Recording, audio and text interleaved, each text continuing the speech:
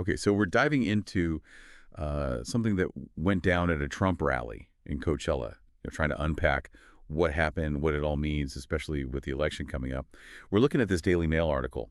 Trump in new assassination scare as gunman arrested outside Coachella rally. It's a lot to unpack, so picture this. It's Saturday, October 12th, a pretty normal day at a Trump rally in Coachella, California. Then, bam, right before 5 p.m., a guy named Vem Miller gets arrested. Now, here's where it gets interesting. This wasn't just any arrest. This guy had a shotgun, a loaded handgun, even a high-capacity magazine, all found in his vehicle.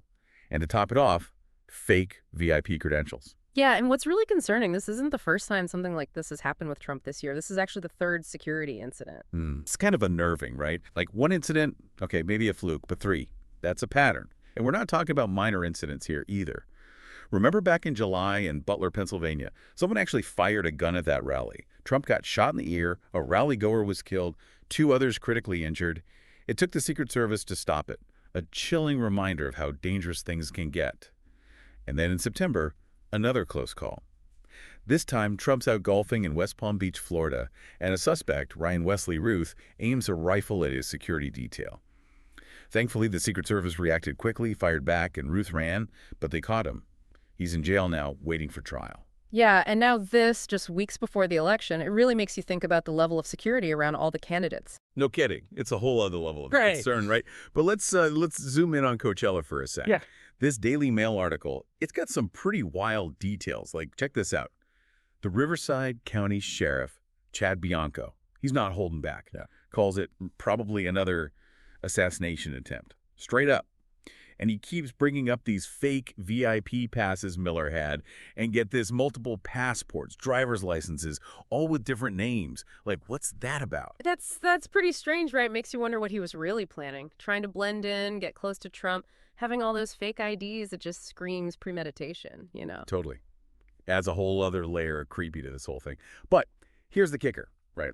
So the sheriff's all freaked out, but a source close to Trump's campaign, they're downplaying the whole thing. They said, and I quote, "This incident did not impact the safety of former President Trump or attendees of the event." They're saying they had it under control, the gunman never stood a chance, so who are we supposed to believe? It's classic spin, isn't it? You've got the sheriff, a big Trump guy, maybe trying to make Trump look like the victim.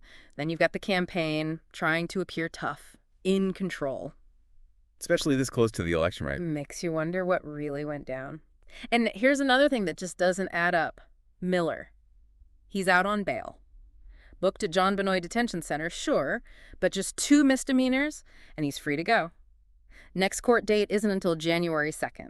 Seriously, I mean, with all that firepower, the fake credentials, you'd think they'd throw the book at him.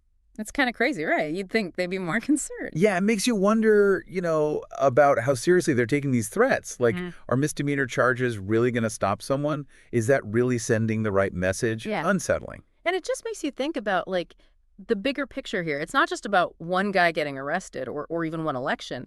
This is changing how campaigns happen, how politicians interact with people, even how we talk about politics. Right. We can't just pretend this isn't happening.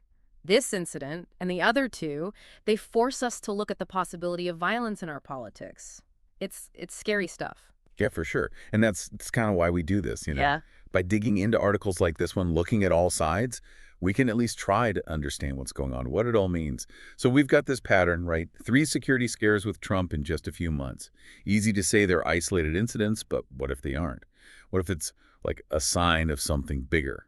More anger, more division in the country. And if that's true, how do we deal with that? How do we protect our leaders and our democracy? Those are the million-dollar questions, right? We need to be talking about this, about how toxic things have gotten. We all have a part to play in making things better. Absolutely. Words matter, and so do our actions. So as we head into this election, let's remember to disagree respectfully. That's kind of the foundation of democracy. So we've gone deep on this one incident, but it's really about these bigger issues. We're all in this together, and staying informed, staying engaged, that's the best way forward.